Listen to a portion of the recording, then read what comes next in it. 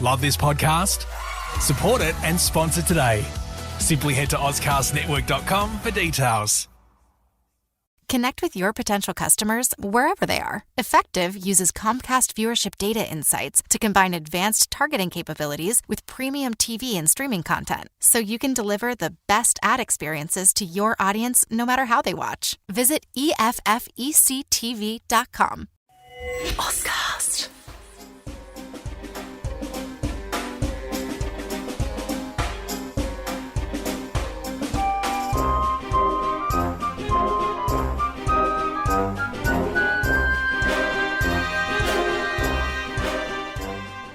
Hello world, I'm John Bruni and you're listening to STRATEGIKON, your window to all things security and foreign affairs.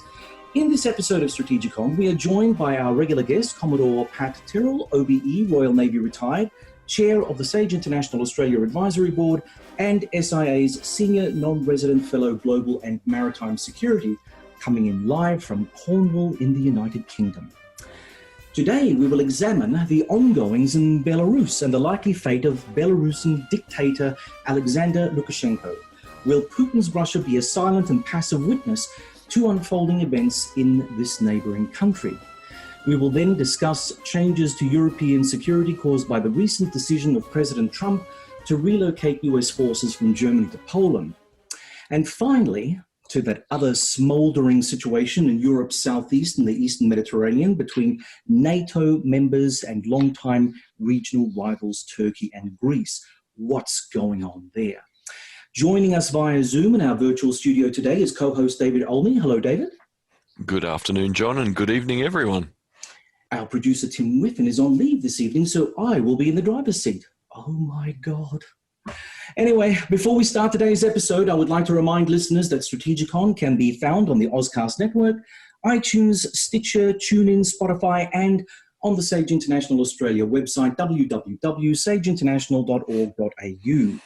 For those in our audience who would like to watch our podcast rather than listen to it, please check out our podcast on the STRATEGIKON War YouTube channel. The August 9 presidential election in Belarus was quickly met by public outrage, with critics of Belarusian dictator Alexander Lukashenko claiming that the results were rigged.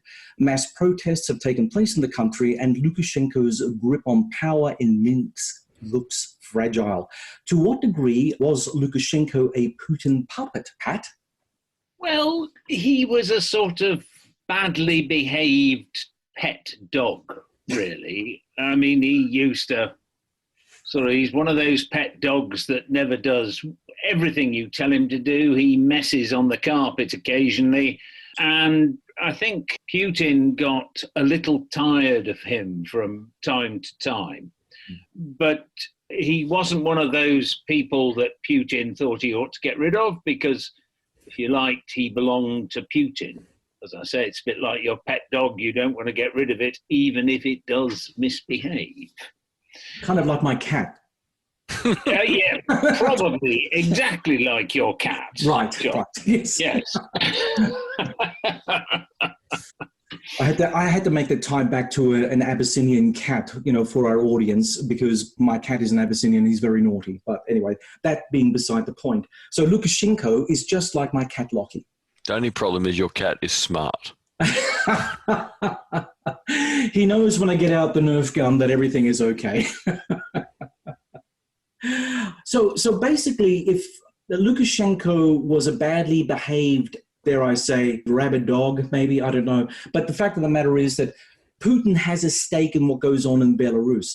So if, for instance, Lukashenko falls to a liberal clique in Minsk, what will this mean for Russia's security, Pat? Well, I think that you've got to understand that the Russians will be looking towards they'll remember their experience in the Baltic republics, which are right next door to Belarus. And the last thing they would want is for Belarus to get rid of a president who, although he was a bad-tempered dog, was not particularly bright, but he certainly remained in Russia's orbit. If you recall, there's a defense agreements. There was an agreement that both Russia and Belarus should almost join forces and become a single entity, although that's not been moved on over the last few months. So Putin, I think, will not be in too much of a hurry to go in to support Lukashenko unless there was clear evidence that there was going to be a liberal clique in Minsk that was going to come out as top dog. David? I'm sort of confused with what's going to happen there, because the talk about Belarus and Russia joining seems to have been on and off for over 20 years. And it would seem that this is the closest thing Russia has to a genuine ally and friend, but it's in a very vulnerable position, being right beside the Baltic states. So it seemed to me that locking Belarus in some sort of formal union would have been a really important thing to do, and that now that opportunity seems to have been missed. I would assume there would be a lot of scrambling in Moscow going, well, what happens if we do lose control of this? In reality, the economy is a disaster. It doesn't have the energy that Russia has. It's basically a food bowl, but that's not that unique a thing in the world. I assume what we'll see is Putin helping to ensure that even if it looks democratic, that it's wide-handed and subverted as quickly as possible. And that this is going to be the real problem. The Belarusians, what are they going to do against, sort of Putin's dirty tricks capacity that's been honed to the nth degree in Ukraine? I pity the Belarusian opposition having to confront Putin, who can't lose Belarus, needs to control it even more sort of extremely than parts of Russia. It just seems such a mess. Well, I think, I would agree with that, David. Russia cannot allow Belarus just to slip quietly into a Western orbit. Russia has long considered itself to be surrounded by NATO, and Belarus, if you like, gives it its strategic defense depth.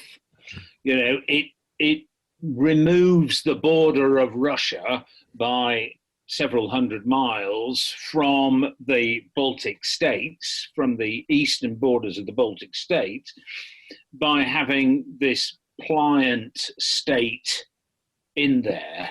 I think that Russia has got several options, and I certainly believe that the option of doing a covert operations in Belarus is probably the most likely one that we will see over the next few months. Russia is, and while I agree that Belarus's economy is much, much weaker than Russia's, Russia's economy is not in the best of states of health at the moment. And I think for Russia to have a full frontal military advance into Belarus would not be in Putin's interests quite at the moment. But he will reserve that as a sort of last backstop. But Russia's interests in Belarus are non-negotiable and existential, and we must never, ever forget that. And so, the idea that NATO might come along and say to Belarus, come and join us, is not going to be one that is going to really be a sensible one. Look, we live in a world based on grey zone threats and hybridized warfare, and in many ways, Putin's Russia pioneered much of this sort of innovation in strategy, deeply destabilizing though it might be, in order to push back Western influence from its borders. So how likely are we to see little green men popping up all over Minsk to restabilize Belarus and keep the landlocked Eastern European country orientated toward Moscow? Is it better for Putin to have Belarus as a semi-independent buffer state, Or would it be in Russia's interest to take it back and just have that territory? Because quite frankly, they've lost so much strategic depth as a country, and most of Russia's strategic paranoia is driven by the fact that NATO expansion has kept on pushing along its, western frontier further and further toward Moscow. So what do you think about that? I think that what Russia would like, ideally, is for Lukashenko to be removed, but replaced with someone who has similar sorts of views of Russia and Putin. And you would see, I think, that Russia will offer considerable assistance to Belarus if that sort of leader came up. And I would have thought at the moment that I think the little green men are undoubtedly in Belarus working away and doing some strategic planning. But I think one of the things they'll be doing is trying to get Lukashenko and his group to look at Lukashenko going into some sort of retirement and being replaced by somebody who Putin can consider to be someone worthwhile, somebody who can go out and win an election, not necessarily an unrigged election, because I don't think that could ever happen. I mean, this is the problem, of course, is that, even in Russia, the elections are rigged. So you could never have a free and fair election in Belarus that would meet Western standards. But I think they would hope that they could get somebody in, things will stabilize, because otherwise Russia will be forced to consider more severe actions. David and I have been talking a lot in terms of the defense grant work that we're currently doing about this thing called durable disorder. And I think one thing that pops up in all the reading that I've been doing over the last couple of weeks is that Russia, you're right, its economy is not very strong. And certainly the country is in no position to grab the T-72s and throw them over the border in force as a conventional foot stomping exercise, if we will. But in terms of their asymmetric policies, I mean, they could go in, they could fluff around in Belarus for as long as necessary to find that person that you were talking about, to restabilize the place. But time is really on their side. I mean, we only have to look at what they're doing in the Donbass. They kind of accept that, yeah, Ukraine is now partitioned into an area that, Russia controls quite vehemently, and those lines will not be crossed. It's a frozen conflict. Do we see any signs of Moscow driving their way all the way to Kiev? No. They're happy to have what they've got without overstretching themselves. So really, in terms of their positioning in Belarus, it could be another case of, taking the strategic high ground, fluffing around in the middle, and just knowing that there is at least enough instability to keep the West disinterested in terms of getting themselves involved in a significant way. I think another thing to add to that is that over the next 3 months, the United States is going to be totally enmeshed in its election, and a sitting president who desperately wants to have a second term, facing a reinvigorated Democratic Party who are uniting behind their contender, and they are going to be totally focused on what's going to happen in the election at the beginning of November. Mm-hmm. If there's any uncertainty about the result, which is always a possibility, I mean, we may not have hanging chads as we had 20 years ago, but we'll have, other things will happen, then the United States is going to be in a state of major flux between now and probably next February. Mm-hmm. Also, if you couple that with a potential second wave of the coronavirus, the stage is well set for the West to be totally distracted which is the time when I would suggest that they will be using their covert operatives as much as possible. Lukashenko has already tried to imprison and get rid of the main populists. I think you would find that there would be a wave of assassinations done by scapegoats who can be easily blamed. There will be unrest. Lukashenko will then be thrown out, and suddenly this chap will come in and replace them, who actually is really just a Putin placement, in the hope that the population of Belarus will say, thank heavens somebody's come in, we can settle down, we can go back to having a peaceful time. But it would still be a subversion of any of the processes that existed in Belarus. I mean, after all, the election was a complete farce. It was badly rigged, really, by a chap whose real sole claim to fame was being a manager of a tractor cooperative until 20 years ago when he became, 26 years ago when he became president. David? I'm a bit more concerned about the state of Russia and what that might force Putin to do in this situation. COVID is having probably a bigger impact there than a lot of places because of the age of so much of the population.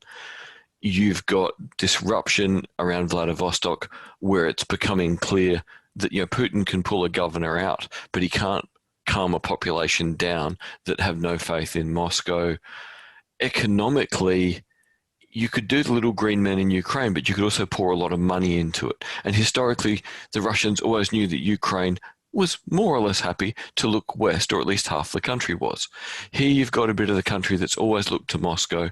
There was always the assumption there'd be enough economic resources to buy it off, and the regime felt safe in its own skin. With winter coming in Europe, that's when the next wave of COVID will more than likely hit very hard. So I have a terrible feeling that from a regime perspective for Putin, the timetable on this will be accelerated, and there is more of a need to look tough than there has been for a long time. And he also knows that the Chinese are watching and probably laughing, that this is hysterically funny from their perspective, which would be intolerable for him as he wonders, well, what am I in a circle going to do if I start looking weak? So I actually think Russia is more likely to do something dumb sooner than at any point before, simply because of all the other things that are going against the regime at the moment. Well, all I can say about that is that, with NATO unable to move because of COVID and the lack of US leadership, and then, of course, Washington not being able to move because it's quite frankly disinterested in what happens in that part of Europe, but also there's COVID and the election, as Pat was saying.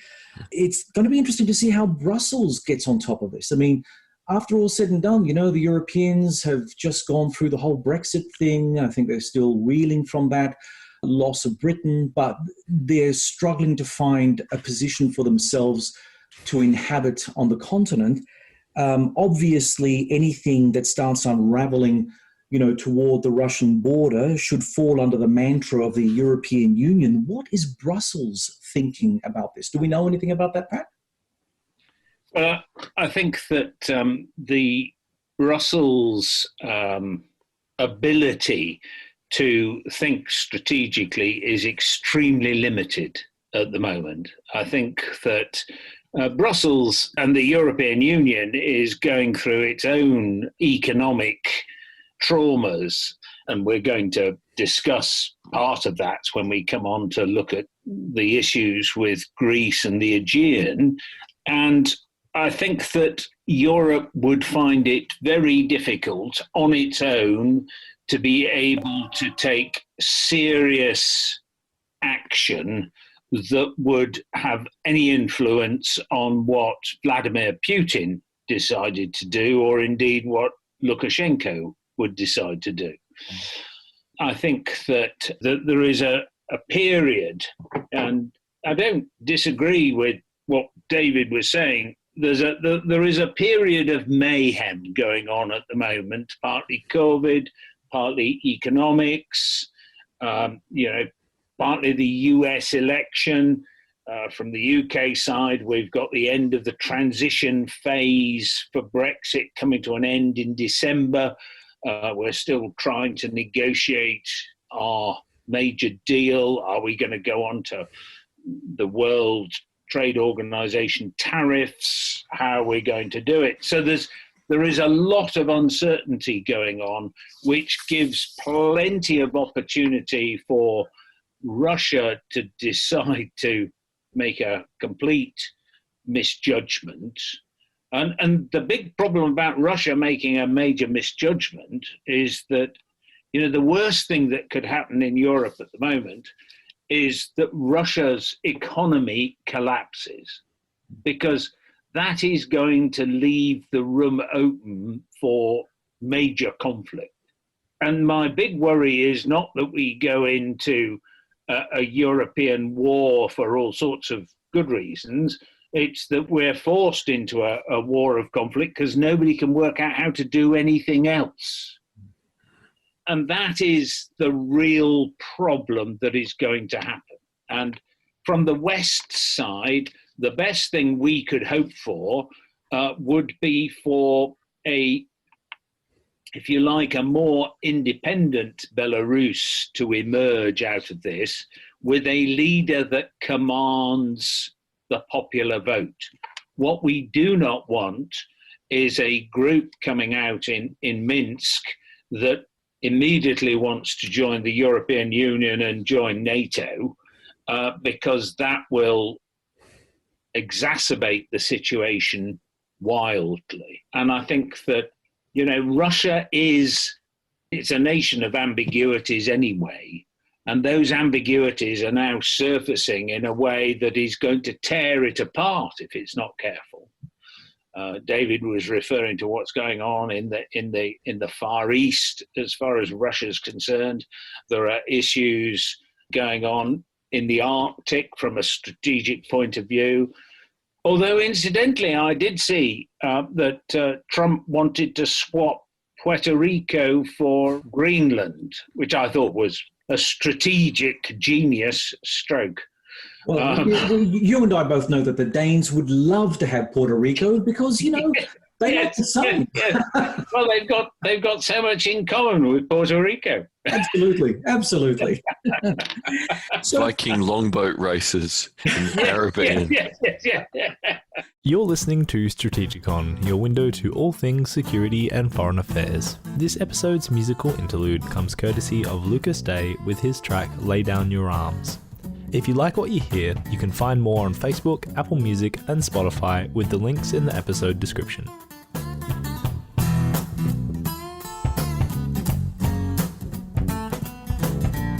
Darling, why didn't you call? You knew I thought I couldn't get through it all. When you left, I guessed it for the best. No more running around with little girls who couldn't care less. No sleep for me at night. I'm glad the walls cannot speak, cause I don't try to hide. You won't believe that I'm fine. There's no dots in your picture, the memory's on fire. 6 days is all you made before a drunk text headed my way. Oh babe, how can I hear when you reopen scars like it's not a big deal? Lay down your arms, cause I come in peace. All I want is you here with me. I mean you no harm, why don't you believe me? All I want is you here with me. Darling, why couldn't you see? She come that this time last week. You say you come in peace, but I tell you that peace is the last thing I need. You said that we were done, said you were sick of me and get in love with some other one. Oh babe, oh how that stung. Now my walls are back up and you're not welcome. Making a name, making a stand, so go ahead and write your name in the sand. Don't come crying to me when your name gets wiped clean by the consistency. Lay down your arms, 'cause I come in peace.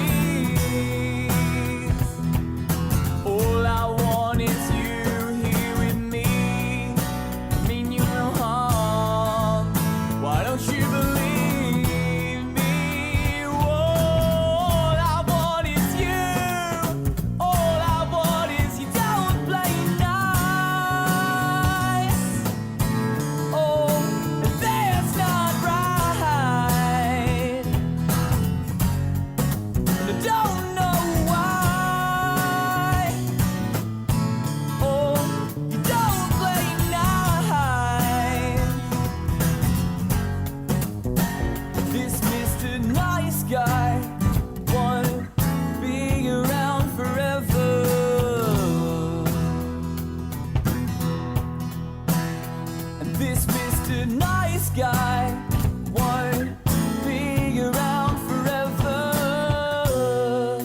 Lay down your arms, 'cause I come in peace. All I want is you here with me. Mean you no harm. Why don't you believe me? All I want is you. All I want is you here with me. Lay down your arms, 'cause I come in peace. All I want is you here with me. I mean you no harm. Why don't you believe?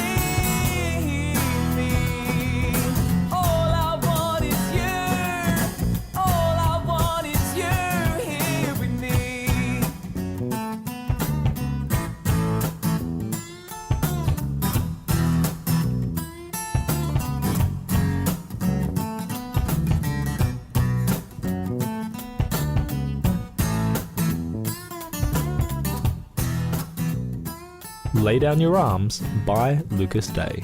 You're listening to Strategikon, your window to all things security and foreign affairs. Pat, John and David are talking about the transition of US military power in Europe, so let's return to the discussion. Anyway, focusing on another matter entirely in Europe, President Trump, long known as a critic of NATO and often publicly berating member states for not doing enough to lift their collective defense budgets, has recently decided to move the locus of American power out of Germany and into Poland. The Poles are paying for this relocation and for the beefed up US presence on their soil. However, Poland's economy is not Germany's, and so how long can Warsaw sustain a robust Polish military and an increased American military presence in Poland? Pat? About 3 weeks. I mean, well, there you go. That's the answer. 3 weeks. I mean, seriously, this is complete and utter nonsense. You know, it really is. Yeah. I mean, it makes great headlines, but it's not going to deliver anything. It's not going to contribute to the stability of Europe. You know, the American forces and the American headquarters that are based in Germany at the moment are there for extremely good reasons. And they are not the reasons they were there for in 1945 or 1950. They are there to give American forces a stable launch pad for a crisis anywhere in this half of the globe. And they have launched many operations from their German bases over the last 20 or 30 years, the wisdom of which, for each one, you can debate at length. But they have had a stable home base from which to develop. Yes, there is no doubt that America, and this has been a consistent view of the American administrations for really as long as I can remember, you know, this issue of burden sharing. And I think that actually it depends, you know, it's like any other business, and this should appeal to President Trump as a businessman. It's like any other business, depending upon the accountant you had, depends upon, you know, how profitable your business is. Depending upon the administration that you've got, depends upon how much resource the Germans give to the Americans in support of their troops. And, you know, I think that while the Americans are busily moving their forces into Poland, the administration wants to move the US European Command from Stuttgart into Poland.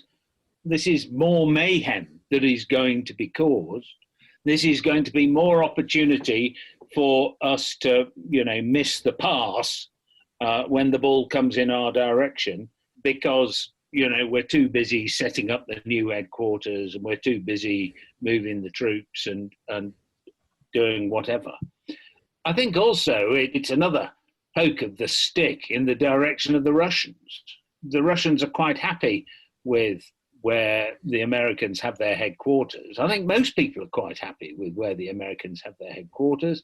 I think that putting them into Poland is going to take time. It's going to take a lot of money. It's going to divert them from their main focus of attention at a period of great change. And it's also going to put a stick in the eye of the Russian bear as the American headquarters move closer to Russia, which is completely unnecessary at this point in time. But, there we are. I think it's completely unnecessary, but I think an important thing is Trump always wants to be wanted. And the reality is the Poles want that closer connection because of their historical fear of what happens next. It also draws a clear line between Western Europe, apparently having had all this time to come together and become more effective, and largely from the American perspective, having failed at that. But Central Europe's desire to get things done and to be a bit more willing to do things in an American way, which Americans always like people that want to be like them. So I don't think it really matters that this will cost a fortune. It doesn't matter. It causes chaos. And unfortunately, the people who are putting forward the most logical argument, this will freak Moscow out, won't be listened to because Americans love it when people want to be like them and include them, which is ridiculous for people with so much power. I think what will be more interesting over the next few weeks is to see what does the rest of Central Europe think of this? At some level, the left in Germany must love this to finally have a Germany that can truly be pacifist and warm and fuzzy in the way they want to be. It's not representative of the whole country, but there's going to be people in Germany, I think, who are really glad this is happening, in the same way there's people in Poland that are really glad this is going to be happening.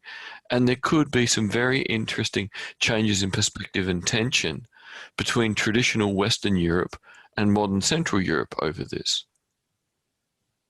No, I don't disagree with that at all, David. I mean, I think that, there are clearly going to be people in Germany who will be delighted to see the American forces being drawn down. And for the reasons I've stated, I think that from a Europe perspective, and indeed from an American security of Europe perspective, it's not a good thing. It's not a dumb decision, but it's the kind of decision that the dumb person in the president's seat will make.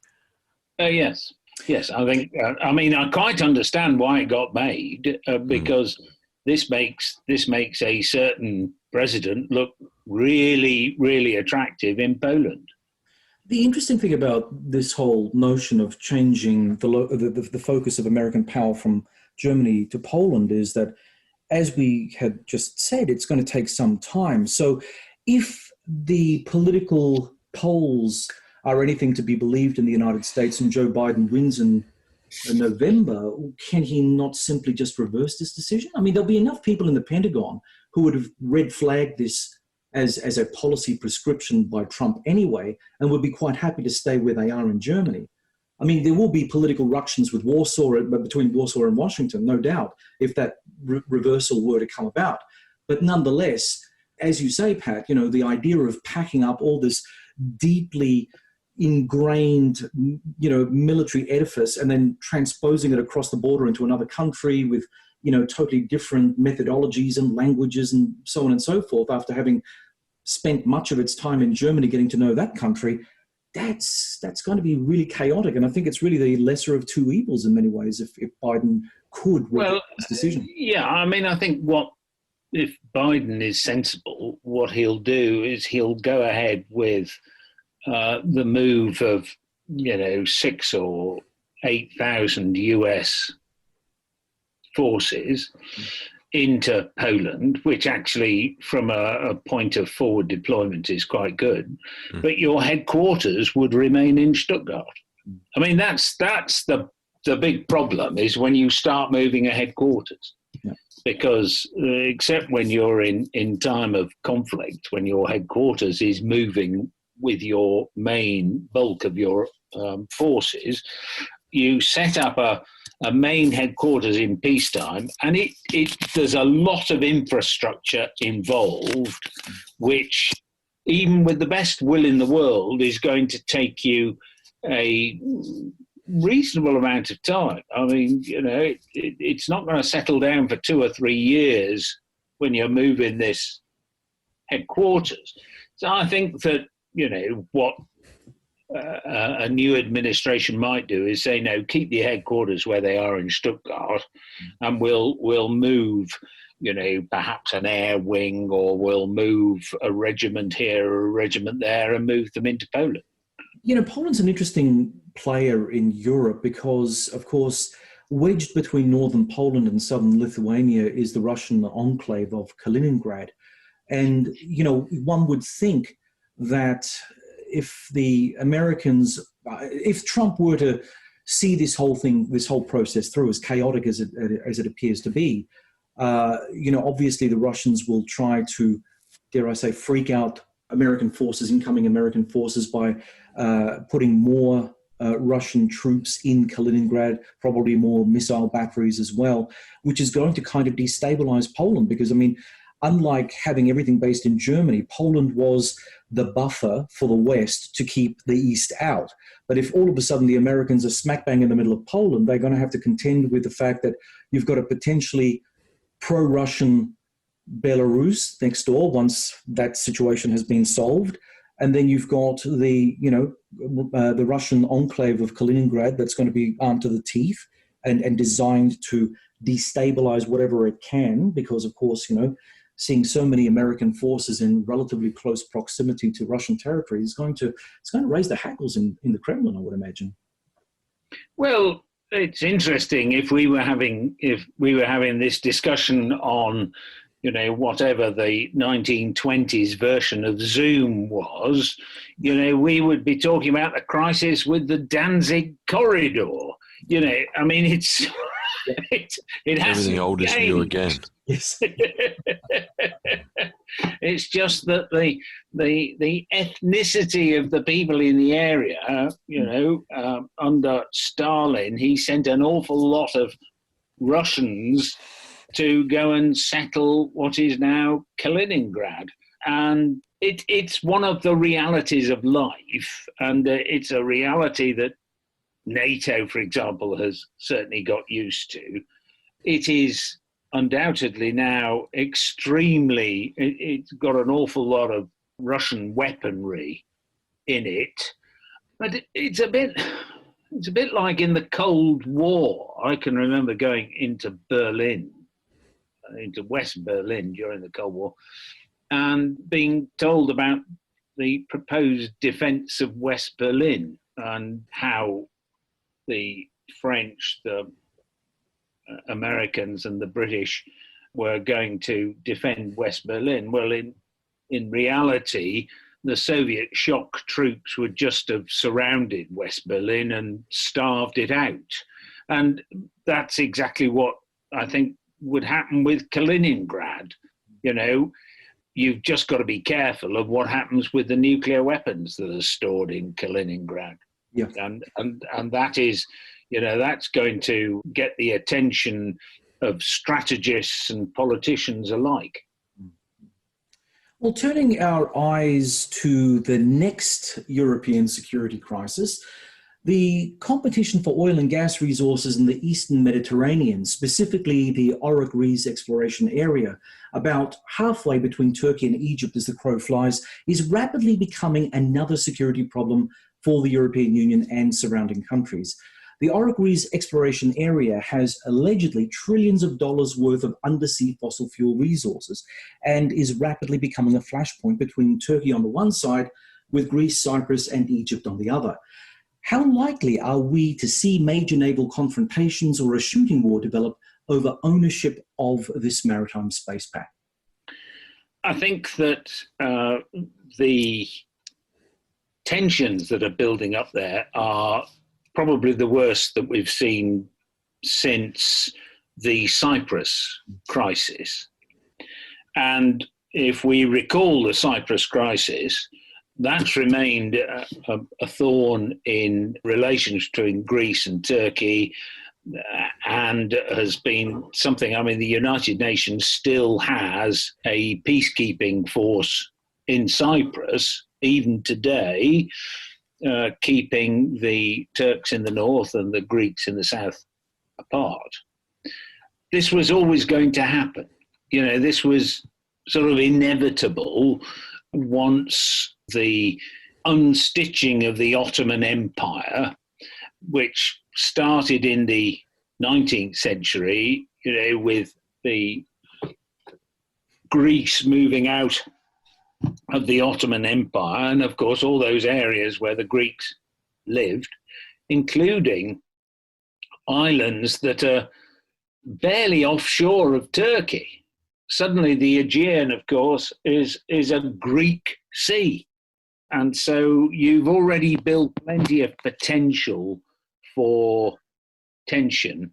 Then, of course, in the 1920s, as the Ottoman Empire cracked up, a bit like the Soviet Empire some 50, 60 years later, one of, I think, the greatest politicians of the era, Kemal Ataturk, decided that the only way really for Turkey to exist as a successful nation and as a prosperous nation was to develop a secular nature and to embrace all the various populations that were in Turkey. And of course, that is now being unstitched. And that is not helping the Greek-Turkish relationship. Turkey was admitted to NATO because it was felt that it was better to have them inside rather than having them outside. But we could really only do that while it was seen that, or while the Turks believed that their national interests lay to the West. There's been a big shift over the last 30 years in which Turkey has been looking more to the east than looking to the west. I think that we are now playing out those stages that are caused by this polarization, if you like, between Greece as a member of the EU and a member of NATO, and Turkey not being a member of the EU and looking to the east and really not worrying about its NATO membership. I mean, the fact that Erdogan decided to go and buy his SS-9s from Russia and he was going to incorporate those into his air defense system, shows that really NATO to him is not delivering what he wants, which is to become, the new caliph in the Muslim world. And it's interesting because I know Sun Tzu was is considered to be a really great philosopher. I had to bring him in at some stage. And, he says the enemy of my enemy is my friend. We look at Imam, who is exiled and living in America, Gulen, as being clearly, he must have some sort of democratic pedigree because he doesn't like Erdogan. Well, actually, Gulen and the Gulen party, which worked very, very closely with Erdogan and Erdogan's party, he's as dismissive of democracy as anybody else. And in fact, the things that have happened between Gulen and Erdogan over the last 20 years have effectively destroyed what we might refer to as Western democracy, in a sense that there is there's a healthy, at least two-party system that can work together, and that either side will provide a a consistent government if they get elected. And so we've got this polarization here in the Aegean, and I think that the only way it's going to end is when actually fossil fuels become unnecessary. You know, when we are actually making huge strides now in I mean, if you look at the oil markets, you know, even Saudi Arabia is looking at how is it going to be able to manage in an area where oil is not king. Natural gas may take longer, but you know, as soon as there's no value under the sea, then there won't be a difficulty. But until then, there will be. And that leaves the immediate future, because unfortunately, the transition is yet to have occurred to a fossil fuel-free industry, if you will. But Pat, you know, we've spoken about Turkey privately now for quite some time, and I'd like you to explain to the audience how important is Turkey today as an international player, and how important is it to have Turkey belong to NATO? I mean, we can see it from the Turkish side, or we can see it from Erdogan's side, you know, wanting to think that, you know, anything Western orientated is of no particular use to him. But from the Western perspective, how important is Turkey for us and the security of the sort of southeastern Mediterranean? Well, I think it's very important. I mean, it has been for a number of years. Turkey, if you like, provides the conduit to the rest of the Middle East from our perspective. And it's an area where, certainly in a secular Turkey, which was essentially Muslim, but the religion was less important in the government than it is today, that provided a good transition in moving to areas where the religion was more of the politics and less of the religion, if you like. And I think that certainly from working in NATO, I found working with my Turkish counterparts incredibly satisfying. They were highly professional. They worked well with their Western counterparts. And I know that in other areas, they've worked well with the other nations around, which, you know, gives that ability to be able to have in-depth conversations, understand where they're coming from. One of the big difficulties is that we're in a group of tribes at the moment. I mean, inevitably, because we live in different parts of the world, but of course, we live in a world where communication is now instant. I mean, here am I in Cornwall in the middle of the morning, and you're in Australia in the evening, and we're able to have an instantaneous conversation. And therefore, it's much more important for us to understand the perceptions of the people that we're dealing with. You know, you and I were discussing the other day that we still refer, from a European perspective, we still refer to the Far East. Well, you know, it's only the Far East because at some stage we decided that there was going to be something called the Greenwich Meridian, you know, and therefore we were going to start everything off from this particular line that goes through the Greenwich Observatory near London. But if you live in the Far East, you're not in the Far East, you're here, you're where you are. And it's important that we have that ability to be able to interact. What is happening in Turkey at the moment is that polarization is increasing. You know, I mean, there was a time when even the Greeks and the Turks are very similar people. You know, their languages. Don't tell the Greeks that. No, I know. Don't tell the Greeks that, and don't tell the Turks that. Yeah. But they are. And if you go to Thessalonica, they were a mixed population.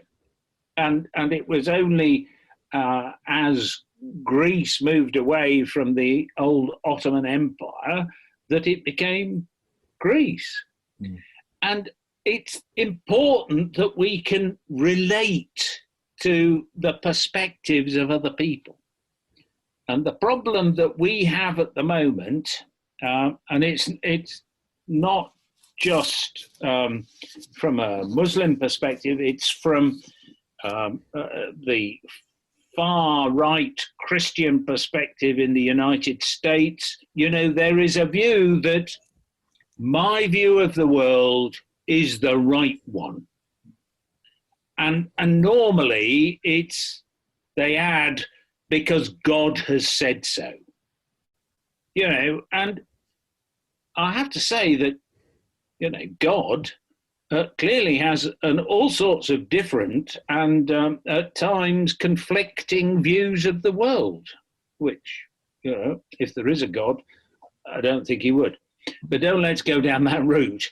But so it's having Turkey as part, you know, being part of and being, you know, the gateway to other parts of the world is vital from a European and a NATO perspective. David, any thoughts on Turkey, modern Turkey's role in Europe? A few things. I think to sort of jump into the thing of Pat's experience of dealing with the Turkish military. When you have a professional standard that is allowed to be exactly that, you get that transcendent ability where professionals from countries are more like each other at work, you know, than they are their own country. I think what we might be seeing in Turkey is what we saw in Pakistan in the 70s, the transition from a professional Pakistani military to sort of an Islamic military and now an Islamic professional military. So you get a gradual change there that in the end means you stop having professionalism in common because the cultural stuff gets in the way. And we really, really need energy to lose its significance, you know, as in fossil fuel energy, real quick, seeing so many countries are on the path of diluting international professionalism with historical cultural perspectives.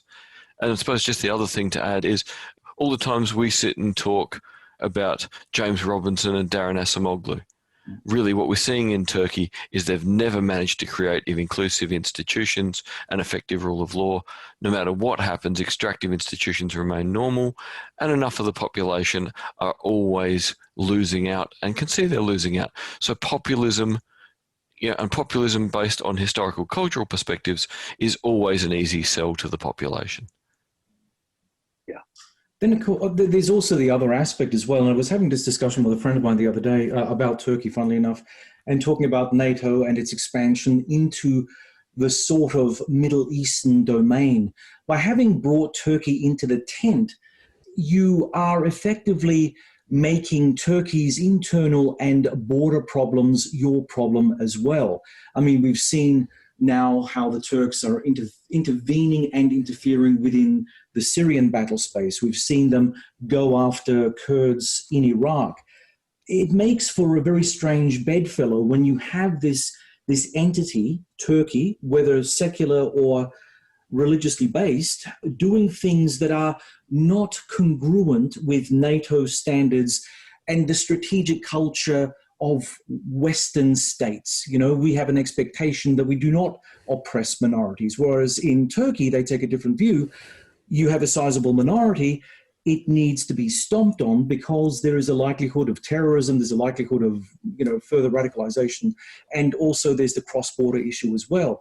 So really, the question now is, do we just cut and let Turkey go and find whatever role it wants for itself because it's too much for us to deal with? No, I don't. I mean, I think that, I accept that we've had these issues. I mean, there's we've yet, in a number of countries, including Turkey, to come to terms with actions that occurred in the First World War, which, if you like, led to the breakup of the Ottoman Empire. And I think that we're now looking in America, Black Lives Matter, we're looking at a history of slavery.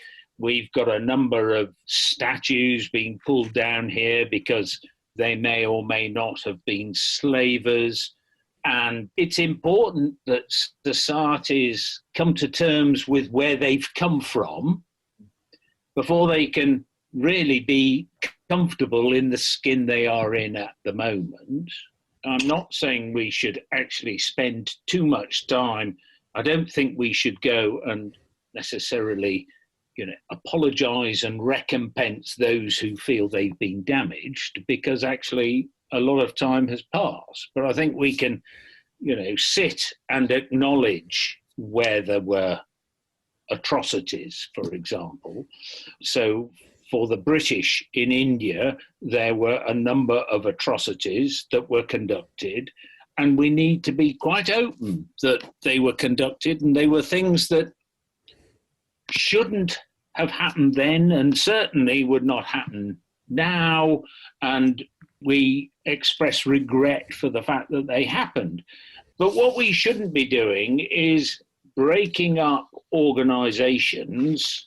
So, for example, Turkey is becoming too much of a focusing on its Islamic roots and whatever, and therefore, gosh, we don't like that, because otherwise NATO just becomes essentially a white Anglo-Saxon Christian military grouping. And you don't want that. No. You want to be able to say, if we are going to preserve the world, the Europe that we have, we need to have allies, and those allies might be Turkey, they're America, they're important to do. It takes two to tango, Pat. At the moment, Erdogan doesn't want to dance with us. He's made it. But Erdogan is not going to last forever. Mm. And in fact, I have to say that, at the moment, Turkey, and it's worrying, the Turkish economy is collapsing. Turkey could go to the IMF, but I think Erdogan doesn't want to go to the IMF because he'd actually have to put in certain reforms that he is reluctant to do. I have a lot of faith in the resilience of the Turkish population. I think if you look at what happened in Istanbul, where the Erdogan's party lost the mayoralty of Istanbul, and then said, "Oh well, that must have been an error. We'll run the election again."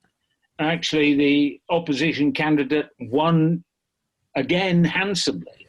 So there is still a very healthy opposition, which will, I hope, be able to form itself into an effective governing party which can put its case at a free and fair election. Now, you might say I'm, dreaming of fairies, but what we can't do is just say, right, well, we're going to cut them loose because, we think they're on a slippery pathway to wherever. And actually, because then all that does is preserves that view, and it's very difficult to bring them together again. I would go and say one thing about this, and that is that so long as the West appears weak, enfeebled, divided, and incapable of moving forward, the attractor for someone like Erdogan will always be the other strongman. And of course, that's why he's leaning toward Russia. And in the period of time while NATO tries to sort itself out, what it will be in the next, 5 to 10 years, how it's going to be structured, what are the main threats to Western Europe and all that kind of thing. There's enough space for Russia to get closer, maybe not as an ally of Turkey, because traditionally Russia and Turkey have been enemies more so than allies, but in terms of just finding another wedge to drive between Ankara and the West, right? And once that damage is done, it's going to be very difficult to put Humpty Dumpty back together again, would it not? I'm going to side with Pat here and say, actually, things should get better because the Turks are such a young population, and there's two young populations. There's a highly educated cosmopolitan population, large numbers of which have voted for the opposition in Istanbul, and there's young people who've lost their jobs in Anatolia in the factories now that Europeans are buying less stuff from them. So it depends which young group win when they become, the age group that run the country. Yeah. Well, look, if we just quickly tidy this section on Turkey up, I'm curious as to France's reaction by putting its boots on the ground, or at least in the water, saying that it will be supporting Greece in the standoff in the Eastern Mediterranean.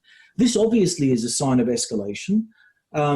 Paris looking for trouble to stir up close by its interests in Lebanon, or do they have a clear and present stake in what's going on in terms of the resource exploitation in that region? I think that France is, at the moment, trying to carve itself out a position in the European Union where it is seen as almost the natural leader. Now, you might say, well, hang on a minute, that must be Germany. But as David was saying earlier on, Germany is, by its very nature, more of a pacifist country as a result of its history. And therefore, France, particularly with the departure of Britain, France is left as the most powerful military within the European Union. France certainly wants to be seen from that point of view as leading the way in preserving the European Union and its members. And therefore it will become natural for France to feel that it has to support Greece against Turkey, even though, of course, they're all members of NATO. I mean, this is the confusing thing about having all these different organizations that have different memberships, because you will end up with this thing whereby there is internecine warfare, if you like, going on in NATO. But that, of course, hopefully means that the NATO headquarters has an important role to play in bringing all the parties together. And it's in nobody's interest. It's not in Turkey's interest. They are economically weak. It's certainly not in Greece's interest, because they're economically weak, to enter into a sort of argy-bargy in the Aegean. David, any final comments on this? The thing that popped into my head while Pat was talking is, hang on, how does France feel about NATO headquarters moving to Poland? Based on the fact that, the French do a lot of training there with the Poles and sort of seem to be happy to support Polish paranoia, I wonder if France is going, well, if we can move NATO headquarters to Poland, where we'll have more influence, it makes us look even more like the military leaders. So that in some ways taking a stand on Greece immediately is more about saying we are going to be the obvious military leader, and we are going to make sure that Germany might be economically powerful, but in all other meaningful respects, if you want action, look towards France. Interesting point. Well, President Napoleon is doing really quite well at the moment. Yes. Except in the opinion polls in France. Seems like things are moving fast in old Europe, so let's just keep an eye on that one and see how it all works out. Well, everyone, that's a wrap. Thanks for joining us today, Pat, and for sharing your insights on Strategikon. That's a pleasure. And to our audience, thanks for listening. We hope that you'll join us for our next exciting adventure through the world of geopolitics. Remember that you can subscribe to the audio version of Strategikon through the Ozcast Network, iTunes, Stitcher, TuneIn, and Spotify. And please like us on the Sage International Australia Facebook site and follow us on Twitter. We appreciate your support. You can also watch our podcasts on video on the Strategikon Raw YouTube channel, easily accessed by clicking on the link provided on our website. Also, please comment on any of our articles and podcasts through Facebook, LinkedIn, Twitter, and of course on the Sage International Australia site. We welcome any constructive feedback that can help improve our products, and we look forward to engaging with our followers. If you would like to support Strategikon, remember to check out our merch page. We have a wide variety of items to keep the Strategikon listeners satisfied. It's good gear. Buy it. Anyway, until next time, goodbye.